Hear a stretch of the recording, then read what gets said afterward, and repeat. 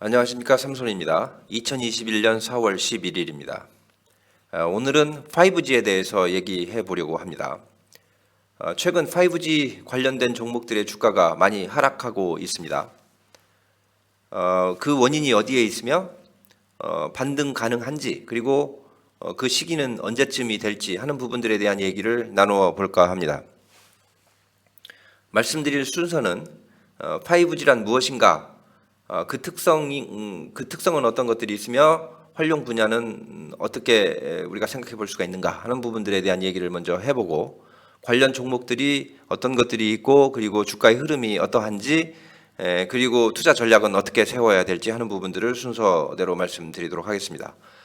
이 영상의 길이가 한 20분 정도 되는데요. 여러분들 20분 정도를 투자하시면 여러분들 5G 관련된 종목들에 투자하심에 있어서 충분한 기술적 이해를 바탕으로 현명한 투자 판단을 하실 수 있는 기회가 되지 않을까, 이렇게 생각하고 있습니다. 삼손투자연구소는 우량 주식 중 저평가되어 있는 종목에 대한 분석과 정보를 수집하여 공유하고 있습니다. 이슈를 분석하여 동영상을 제작하고 있습니다. 매주 말에 증권사 추천주 중 선별하여 소개해드리는 시간도 갖습니다. 구독하시면 지금까지 제작한 모든 동영상이 여러분의 것이 됩니다.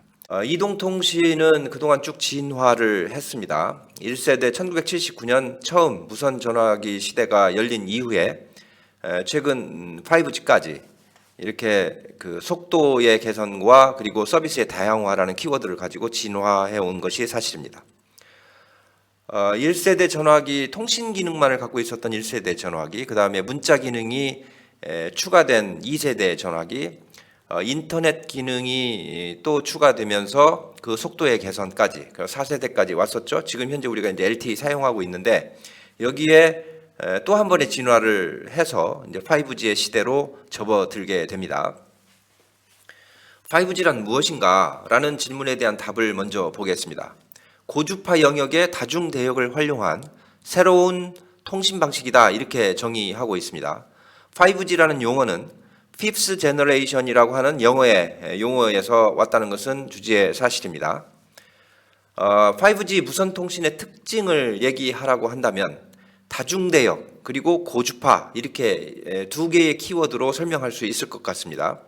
멀티밴드라고 하는 것은 다른 밴드의, 즉 주파 영역의 영역을 써서 데이터를 전송하는 방법을 얘기하는 거고요. 그 다음에 고주파라고 얘기하는 것은 단위 시간 동안에 변화하는 사이클, 즉 프리퀀시의 숫자가 많다는 것을 의미하는 겁니다. 그래서 이 다중대역, 멀티밴드, 그 다음에 하이 프리퀀시, 이 두 개의 특징으로 인해서 몇 개의 유익한 특성이 나타나는데요.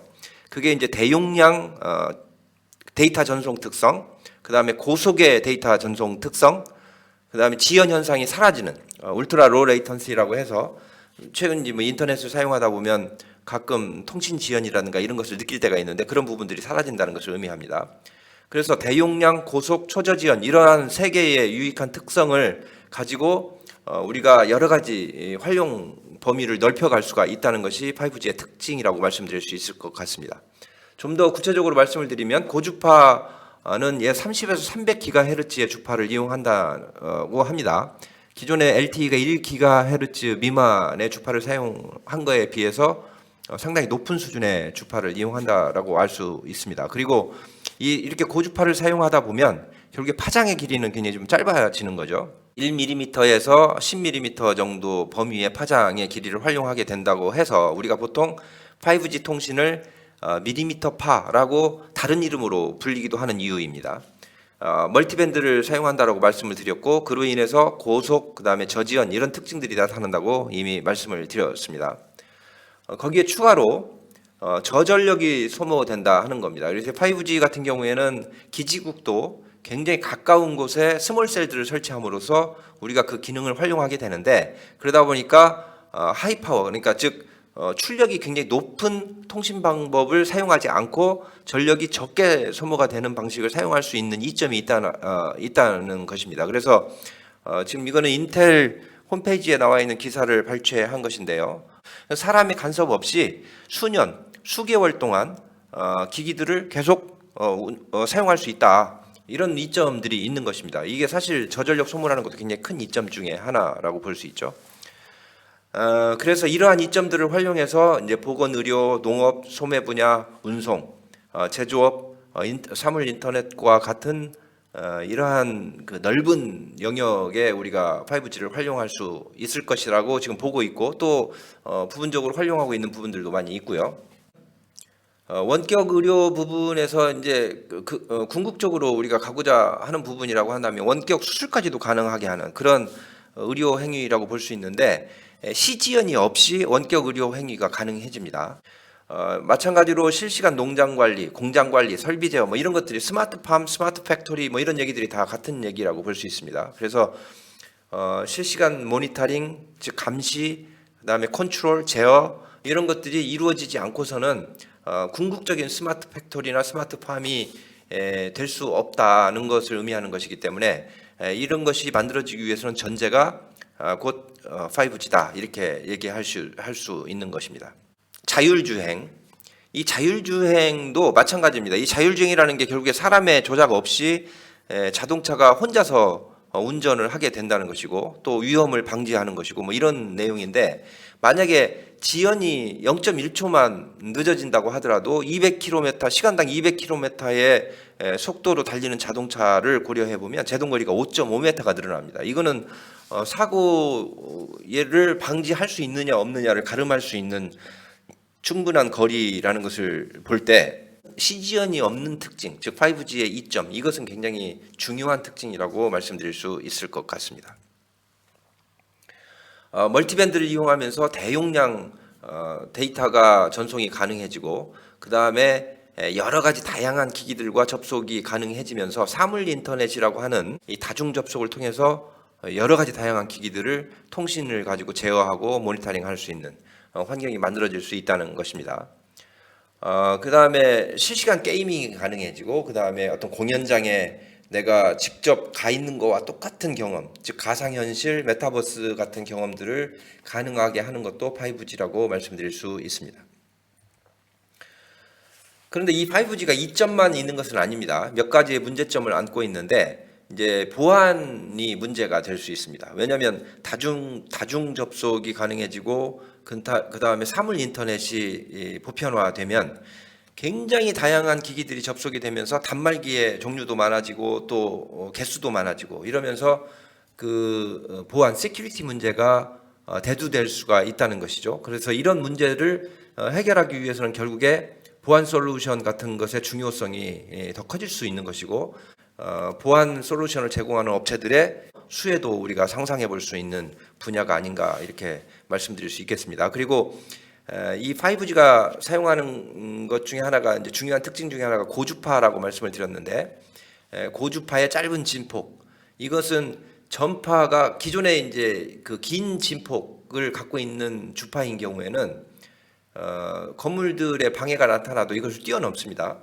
넘을 수 있는 충분한 파고와 파장의 길이가 있는데, 이 고주파를 사용하다 보면 진폭이 좁고 그 다음에 이 파고도 굉장히 낮기 때문에 건물에 장애물이 나타나면 그걸 뛰어넘지 못합니다. 그래서 전파 방해가 일어나고 전달이 잘 안 되고, 그래서 이걸 해결하기 위해서는 굉장히 많은 스몰셀이라고 하는 소형 기지국들을 설치를 해야 됩니다. 최소한 뭐 250m에 하나 정도는 설치를 해야 이 5G의 통신이 원활해진다라고 얘기를 하는데, 이런 그 많은 기지국이 설치가 필요한 특징도 하나가 있다는 것을 말씀을 드립니다. 그리고 또 하나의 이제 그 미모 기술이라는 게 적용이 되는데, 이거는 여러 개의 다양한 단 한 개의 안테나와 송신기를 가지고 통신을 하는 방식이 아니라, 보내는 쪽에서도 굉장히 많은 송신 수단을 가지고, 그 다음에 또 수신하는 쪽에서도 굉장히 많은 수신 수단을 툴을 가지고 수신을 해야 된다 하는 겁니다. 그래서 멀티플 인풋, 멀티플 아웃풋. 그래서 인풋을 주는 쪽도 멀티플, 그 다음에 아웃풋을 받아들이는 쪽도 멀티플. 그래서 미모라는 기술을 적용하고 있다 이렇게 이해를 하시면 될 것 같고요. 이게 여러 개의 인풋과 여러 개의 아웃풋을 사용하다 보니까 결국에 신호들끼리의 상호 간섭 현상이 발생할 수 있습니다. 그래서 이 신호의 방향성을 정의해주고 가이드해줄 수 있는 기술이 바로 빔 포밍 기술입니다. 그래서 정리를 해보면 몇 개의 문제점이 있는데, 전파방해, 고주파로 인해서 전파방해가 나타나는 이런 부분들은 기지국을 촘촘하게 설치함으로써 해결을 하고, 그 다음에 미모 기술을 적용함으로써 다중 신호를 쉽게 받아들일 수 있는 환경을 만들어준다, 이렇게 보시면 되겠고요. 그래서 이런 미모 기술이 적용되는 과정에 어떤 그 신호의 간섭, 이런 현상들의 문제점들을 제거하기 위해서는 빔포밍 기술을 적용해야 된다. 그래서 5G만이 갖고 있는 기술적인 특징 중에 하나가 매시브 미모 기술, 그 다음에 빔포밍 기술, 이런 것들이 있다는 것을 알고 계시면 그 기사를 읽는다거나 또는 보고서를 볼 때 도움이 되실 거라고 생각을 합니다. 5G의 네트워크를 구성하는 데 있어서 크게 이 개념도를 그려보면, 우리가 이제 사용하는 디바이스들, 그 신호를 그 생산하고 또 받아들이고 하는 디바이스들이 있다고 한다면, 이 디바이스 간의 통신을 하기 위해서는 이제 중계기들이 중간에 필요하고, 그 다음에 또 기지국이 필요하고, 이 기지국의 신호를 전달해주는 유선 네트워크를 형성시켜주는 백홀과 백본망이 필요합니다. 이 백본망은 결국에 이제 중추적인, 이 네트워크의 중추적인 역할을 하는 부분이라고 볼 수 있는데, 그래서 이 백홀과 백본망을 이어주는 단계들은 전부 다 광통신, 즉 유선통신망으로 구성이 되어 있고, 기지국에서 우리 디바이스까지 가는 것들은 이제 무선통신망을 활용하게 되는 것입니다. 우리 국내 기업들이 각 분야별로, 예를 들어서 중계기 분야, 소형 셀을 구축하기 위해서 부품을 공급하는 분야, 이런 부분들에는 이노와이어리스라든가 삼지전자, FR텍 이런 회사들이 있고요. 그 다음에 기지국을 설치하고 기지국의 안테나를 제공하고 하는 데 있어서는 KMW, 에이스테크, RF텍과 같은 회사들이 특화되었다, 이렇게 말씀드릴 수 있을 것 같습니다. 그리고 백홀, 백본망을 구성하는 데 있어서 기술을 갖고 있는 회사는 다산 네트워크스, 광통신 기술이라고 말씀드릴 수 있는데, 오이솔루션이라는 이 회사도 있습니다. 특별히 그 오이솔루션은 송수신기 측면에서는 상당히 강한 기술력을 갖고 있는 회사로 알려져 있습니다. 이 부분을 다시 정리해서 말씀을 드리면, 기지국 중계기의 KMW, 에이스테크, RFHIC, 서진 시스템, 솔리드, 이노와이어리스, 삼지전자, RF텍, FR텍 이런 회사들이 이제 무선통신 기술이라고 볼 수 있고, 그 다음에 유선통신 기술에 오이솔루션이나 다산 네트워크스 같은 회사들이 있다, 이렇게 이해를 하시면 좀 쉽게 접근할 수 있을 것 같습니다. 통신 3사 5G 투자 축소에 KMW, 오이솔루션 이런 그 장비 업체들, 이 5G 관련된 업체들의 실적이 반토막이 났다, 이런 기사가 있어서 한번 살펴봤는데요. 확실한 것은 이 코로나가 발생을 하면서 2020년도 계획된 만큼의 5G 투자가 이루어지지 않은 것이 사실입니다. 그래서 기대한 만큼의 실적을 보여주지 못하고 있는 것이 사실이고, 또 그게 원인이 되어서 최근 5G 관련된 주식들의 주가가 많이 하락하고 있습니다.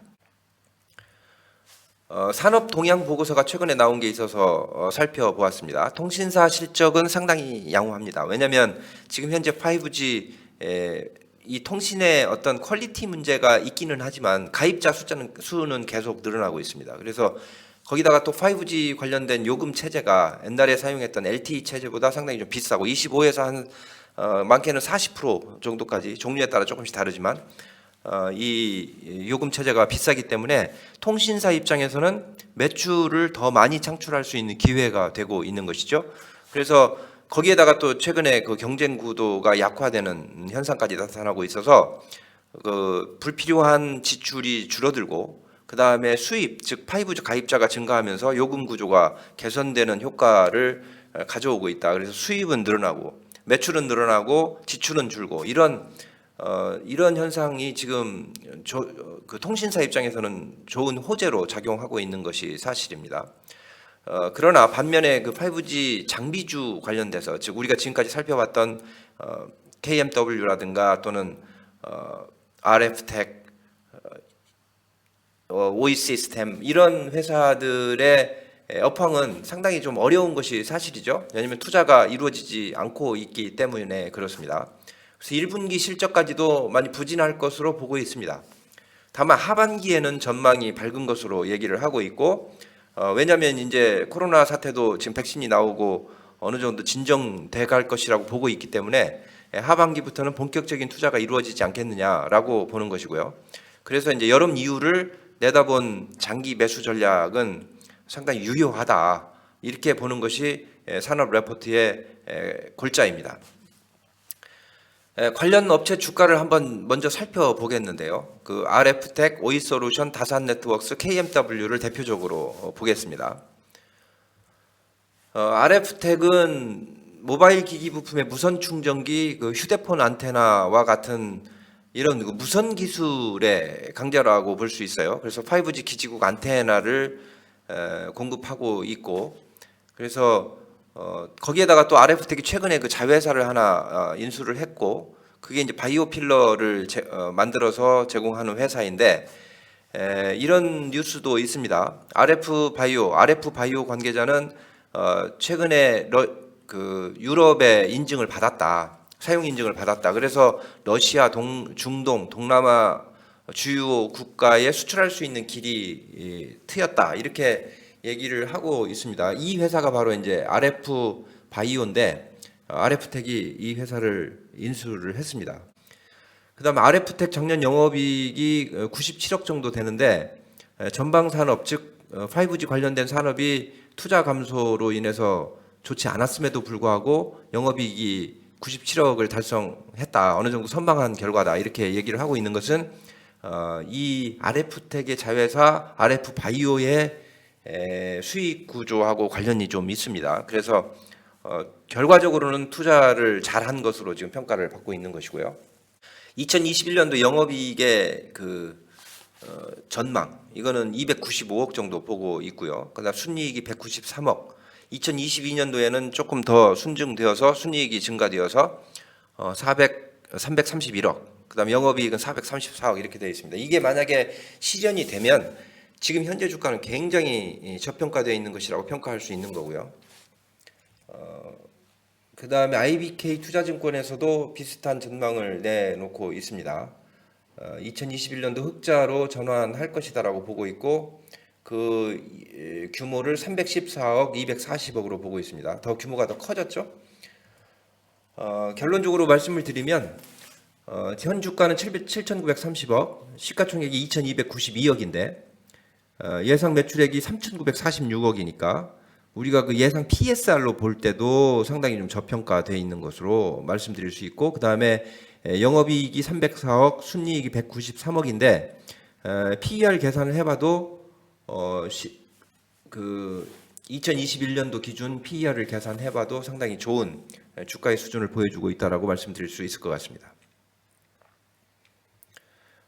주가의 흐름을 보시면 지금 최근에 어쨌든 투자가 지연되면서 전방 산업에 투자가 지연되면서 주가의 흐름은 좋지 않습니다. 상당히 오랜 기간 동안 기간 조정 그 다음에 가격 조정을 받고 있는 상태고요. 2020년 8월 14,700원 최고점 이후에 지속적인 하락 추세입니다.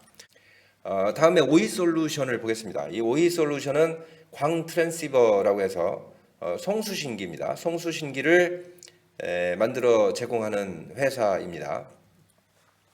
최근에 뉴스가 FTTH 부분에 성장세가 주목할 만하다라는 뉴스가 있고요. 그 다음에 21년 5G 랠리가 하반기부터 기대된다 하는 유진증권의 예측 보고서도 있습니다. 유진투자증권에서 6만 5천 원을 목표가로 지금 제시를 하고 있고 그 근거로는 하반기에 본격적인 5G 투자가 이루어질 것이다 라고 보고 있는 것입니다. 2021년 예상 매출액을 1685억으로 보고 있고 영업이익은 325억, 순이익은 260억입니다. 정리해서 말씀을 드리면 현 주가는 45,150원으로 시가총액 4,797억 원입니다. 2021년 예상 매출액 1,685억, 그 다음에 예상 영업이익 325억입니다. 예상 순이익이 260억 정도 되니까 실적 대비해서 PER 계산해 보면 한 18.45 정도 나옵니다. 지금 주가의 흐름을 보시면 마찬가지로 2020년 8월 달에 7만 원 최고점을 찍은 이후에 지속적으로 기간 조정, 가격 조정, 그리고 43,050원 부근에서 반등 후에 눌림목 구간을 보여주고 있다라고 말씀드릴 수 있는 거고요. 다산 네트워크스를 살펴보겠습니다. 다산 네트워크스는 이익보다는 수주 성과가 주가를 좌우할 것이다라는 보고서를 내놓았습니다. 그래서 하나금융투자에서 내놓은 보고서인데 목표가는 18,000원을 제시하고 있고 특별히 옵텔리언 인수로 미국 메이저 통신사 매출 가능성이 증대되고 있다는 것을 지적하고 있습니다. 주가의 흐름을 보면 다른 장비주하고 비슷하게 2020년 9월 고점 형성 후에 가격 조정을 보여주고 있습니다. KMW 보겠습니다. KMW도 마찬가지로 호재 많아지는 국면에 접어들었다. 장기 적극 매수를 추천한다고 하면서 목표가 12만 원을 유지하고 있습니다. 주가의 위치는 동일합니다. 2020년 9월 고점 형성 후에 가격 조정, 기간 조정을 보여주고 있습니다. 결론을 말씀드리겠습니다.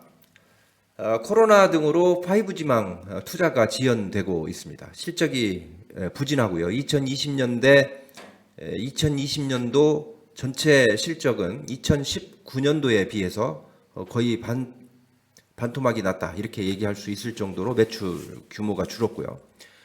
미국 주파수 경매가 완료가 됐습니다. 그래서 망구성이 이제 본격적으로 추진되지 않을까 하는 기대를 하고 있는데 2분기 후에 이제 투자가 된다고 하면 이제 코로나가 물론 극복된다는 전제 하에서 우리가 예상해 볼 수 있는 부분이긴 하지만 5 장비 업종의 경우 실적이 불진한 부분을 극복하고 본격적인 매출이 발생할 수 있지 않느냐라고 기대해 볼 수 있을 것 같습니다. 당연히 매출이 증가하면 주가 상승은 이루어집니다. 그리고 그동안에 떨어진 낙폭이 상당히 크기 때문에 반등 이 탄력도 상대적으로 클 가능성도 있습니다. 다만 성급한 투자보다는 상승 신호 포착 후에 분할 매수 전략으로 접근하는 것이 옳겠다라는 말씀을 먼저 드립니다. 그래서 이런 그 5G의 지금 업황에 대해서 우리가 충분히 이해하고 그다음 5G가 결국에 가야 될 궁극적인 타겟 포인트가 어디에 있는지 하는 부분을 기술적인 이해를 통해서 여러분 판단하신 다음에 그 시기가 언제쯤 이루어질지 하는 부분들은 눈여겨 보시면은 좋은 기회가 오지 않을까 이렇게 생각을 하고 있는 것이죠.